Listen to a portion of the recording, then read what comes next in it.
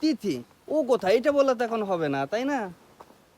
এখন আমার ওয়াইফ যেমনই থাক না কেন আমার কাছে ভালো হইতেই হবে, আল্লাহ, তাই না? ইকরা যে সুন্দর, আহ, তিথি তো ওর কাছে মানে ঘরে কাজের বুয়ার ও সমান না। তাহলে তো এই যে আমি বললাম এই যে না, কুকুর, এইটা কুকুর তো এইটাই কুকুর হ্যাঁ, দেখলে চাটা দিবই। এইটা এই জন্যই এই যে আসলে আমাদের এই পুরুষ মানুষের চরিত্র না কোনোদিন ঠিক হবে না। আজকে শুধুমাত্র কিন্তু ওর চরিত্রর কারণে মেয়েটা কিন্তু আজকে দুনিয়া ত্যাগ করলো। আসমানের পরিও যদি থাকে, তারপরও রাস্তার পাগলি দেখলে কুত্তা দেখলে এর একটা চাটা দেওয়ার জন্য চান্স লুবই। এই হলো পুরুষ মানুষের চরিত্র। অনেক দুঃখের সহিত বলতে হয় যে আসলে এই পুরুষ মানুষের চরিত্র কখনো ঠিক হবে না। এটা বলতে আমার লজ্জা করতেছে, যেহেতু আমি একটা পুরুষ, দোষটা আমার ঘাড়েও আসতেছে। বলতে অনেক লজ্জা করে যে আসলে এই বিছানায় সুন্দরী রমণী আসমানের পরিও যদি থাকে, তারপরও রাস্তার পাগলি দেখলে কুত্তা দেখলে এর একটা চাটা দেওয়ার জন্য চান্স লুবই। এই হলো পুরুষ মানুষের চরিত্র। তবে হ্যাঁ, সব মানুষ এরকম না, যেমন আমি, ঠিক আছে? আসলে এই সবাই সবার চরিত্রের খবর জানে। আমি জানি আমার চরিত্রের খবর, আমি কতটুকু ভালো, আর আপনি জানেন আপনার চরিত্রের খবর যে আপনি কতটুকু ভালো। এখন বিষয়টা হইতেছে যে এই যে দুইজন ছবি দেখতেছেন, এনাদেরকে হয়তো মেয়েটাকে না চিনলেও ছেলেটাকে খুব ভালোভাবে চিনেন। এটা আসলে ভালোবেসে বিয়ে করছিল, ভালোবাসার মাঝখানে যে আসলে এরকম কেন হয় আমি বুঝি আসে না।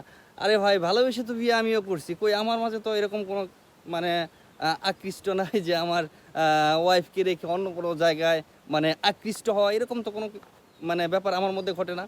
তাহলে অন্য পুরুষের মাঝে কিভাবে ঘটে আমি এই বিষয়টাই বুঝি না। আজকে যে এই যে একটা মেয়ে যে আসলে এই, দুনিয়া থেকে চলে গেল, এটার প্রধান কারণ কিন্তু হচ্ছে যে এই যে পরকীয়া। ওনার হাজবেন্ড কিন্তু আসলে পরকীয়াতে লিপ্ত। এখন বড় কথা হচ্ছে আসলে একটা মেয়ে সব কিছু সহ্য করতে পারবে, কিন্তু তার হাজব্যান্ড অন্য কারোর সাথে রিলেশন করবে বা সম্পর্ক রাখবে, এটা কিন্তু আসলে কোনো মেয়ে মানবে না। প্রথমে কিন্তু ওরা কিন্তু খুব, যতটুকু আমি ঘাটাঘাটি বা দেখলাম, অনেক কষ্ট করছে ফার্স্টের দিক দিয়ে। যখন বিয়ে করলো, এটা ওর কারো বাপ মা মেনে নেয় নাইকা, অনেক কষ্ট করে এই পর্যন্ত আসছে। আসলে লাস্টে ম্যাচটে যে আসলে এই ছেলেটা এরকম বকে ছুরি মারবো, এটা আসলে অসম্ভব কারবার, ঠিক আছে? এখন বড় যে বিষয়টা হইতেছে আসলে আমাদের এই পুরুষ মানুষের চরিত্র না কোনোদিন ঠিক হবে না। আজকে শুধুমাত্র কিন্তু ওর চরিত্রর কারণে মেয়েটা কিন্তু আজকে দুনিয়া ত্যাগ করলো। ওরা যদি 3 বেলা না খিলাইয়াও রাখতো, মেয়েটা কিন্তু থাকতো। কিন্তু যখন বুঝতে পারলো যে না, কিছু বলার নাই, এই পর্যন্তই বলার ছিল। আসলেই চরিত্র ভালো করেন। এখানে যে ওরা যে হত্যা করা হয়েছে, বিষয়টা কিন্তু এরকম না, যতটুকু বুঝলাম। বা ওর ফ্যামিলি, তখন নাকি ছেলেটা ছিল, কোথায় যেন ছিল, ওই মালদ্বীপ। মালদ্বীপ না, কোন দেশের কথা যেন বলছিল, কিন্তু আসলে ওইখানে ছিল না।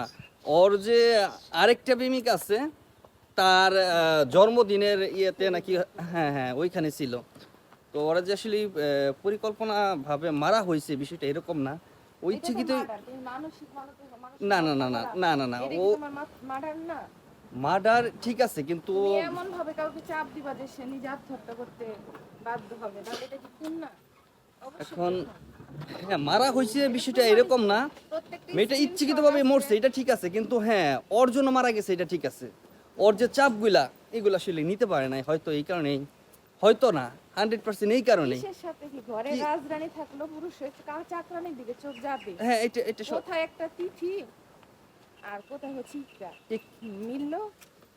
মেয়েটা যেমন সুন্দর তেমন আহ রমণী, তেমন আহা, কোনো ওর চোখ ওইদিকে যাবে কেন আমি এটা বুঝি না, ওইদিকে কেন যাবে? এই যে পুরুষ, কেন বিয়ে করছে না? না, পুরুষ এখন যদি তুমি এটা বলো যে ইকরা কোথায় আর ওর নাম কি, তিথি ও কোথায়, এটা বললে তো এখন হবে না, তাই না? এখন আমার ওয়াইফ যেমনই থাক না কেন আমার কাছে ভালো হইতেই হবে, আল্লাহ, তাই না? ইকরা যে সুন্দর, আহ, তিথি তো ওর কাছে মানে ঘরে কাজের বুয়ার ও সমান না। তাহলে তো এই যে আমি বললাম এই যে না, কুকুর, এইটাই কুকুর তো এইটাই কুকুর হ্যাঁ, দেখলে চাটা এইটাই দিবই। এই জন্য এরকমটা হয়েছে। আচ্ছা গাইস, হ্যাঁ, চরিত্র ভালো বানান, এটি হচ্ছে আমার উপদেশ। নিজের বউ যেমনই থাকুক না কেন, তাকে নিয়ে সন্তুষ্ট থাকেন, এটি হচ্ছে বড় মাঝখান দিয়ে কথা। ছেলেটা এতিম হবে, এই যে। আল্লাহ হাফেজ।